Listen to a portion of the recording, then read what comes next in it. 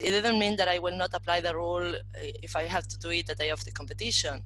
But I knew that the character of Petar, the character of Angela Maurer or Peggy, and I'm agree with you that as long as you are fair, they will respect you.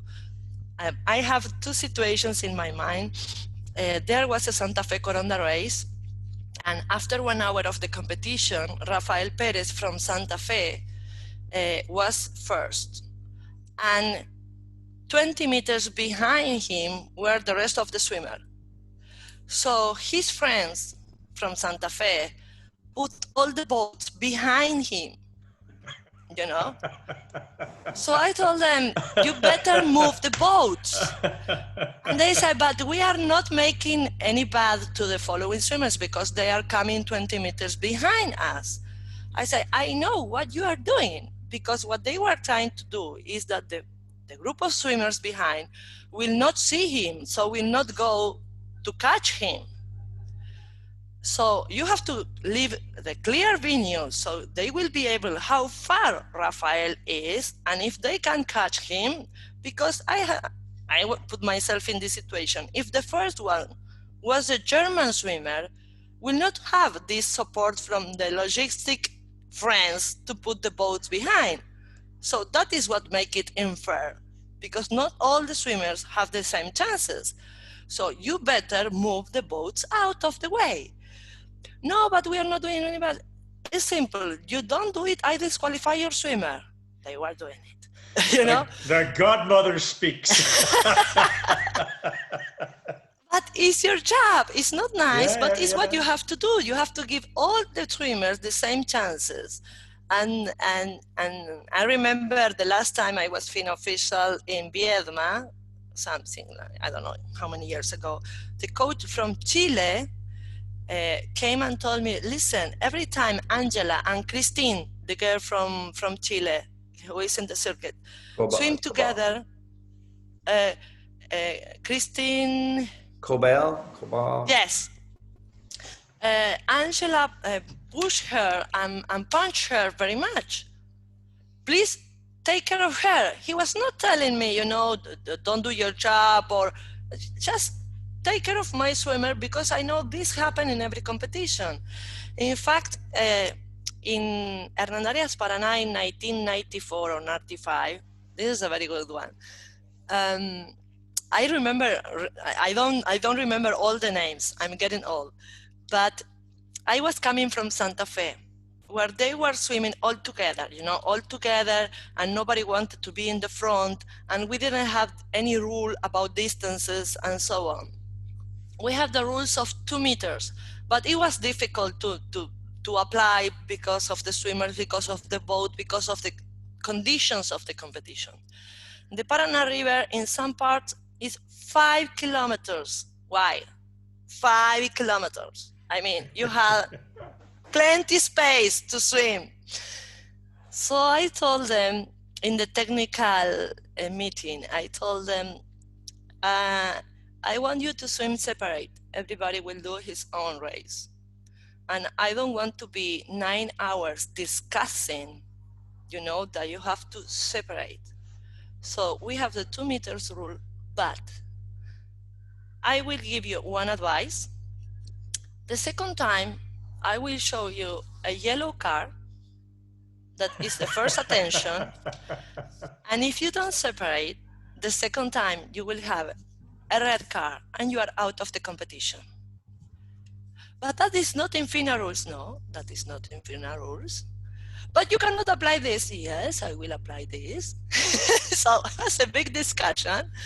But they were, you know, they saw me very secure and very, well, we start the competition. I did the first advice, and I show only one yellow card, only one, once. They spread out, and I was under the sun like this, 9 hours in the river, and they were all swimming, and the competition finished, and everybody in peace. After that, FINA changed the rules, because I made a report, and they changed the rules, and they put the cards of warning cards. And I remember because in that competition, that guy from the Netherlands, Martin, Van der he Regen. won. Martin? Van der Regen. Yes. Él, he didn't finish the race. So he told me, no, because I'm training for the Olympic Games. And in the Olympic Games, we will swim all together. And what you did to make us spread out was not good for me. And he didn't finish the competition. After 2 or 3 hours, he went out. And years after, 2 years after, no, more than that, some years after, he won the Olympic Games.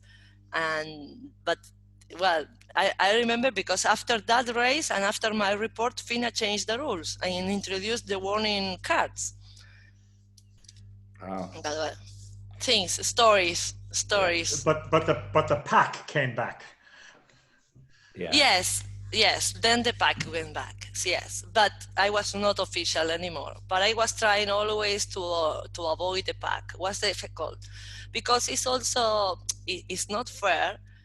But in that Santa Fe Coronda previous, that the Ronderías Paraná and the warning cars, I was watching, because I was official also there, I was watching that the swimmers were like swimming back to Santa Fe almost, because nobody wanted to go in the front. So they were stopping, taking care of the cap, the goggles. The one who was becoming first after 50 meters was stopping, taking out of the goggles, the cap or something, or drinking. Nobody wanted to go on the front. So was kind of, sorry. So, it's not good for the sport also.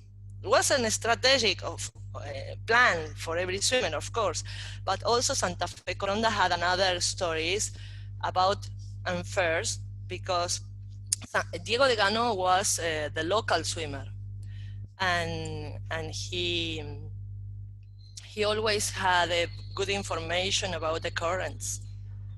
So the other swimmers didn't want to swim away from Diego de Gano because they knew that they could make a mistake that would make them lose the first positions. So I think that is a little bit the story, at least in Santa Fe Coronda, why the swimmers started swimming in a pack next to Diego, always next to Diego, because he was the one who had the best information about the currents and the tides and everything. So everybody knew that swimming here or swimming 10 meters here could make the difference between being the first one or being fifth or seventh or out of competition. So in my opinion, I think that was the beginning of the pack, at least in Santa Fe Coronda, the kind of information that you had. Yeah. There was a race in, I think it was in Quebec, where the women stopped, as you say, fixing goggles, cap. And they did that a few times. And the boats, everybody, they hadn't seen that before.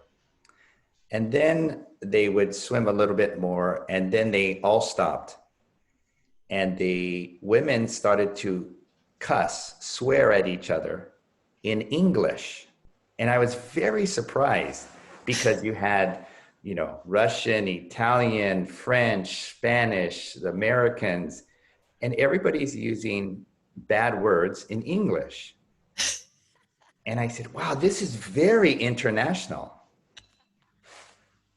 And then someone would continue, they'd get bored and they swim 50 meters. They stopped again. But this time they started to swear and use the bad words in their own language. And I wish we would have had a camera of this, because that actually was a very interesting race. The only reason the lead pack stopped this was because the swimmers from behind, the slower swimmers started to catch up. And once the slower swimmers caught up to the top swimmers, then everything was okay and they continued forward.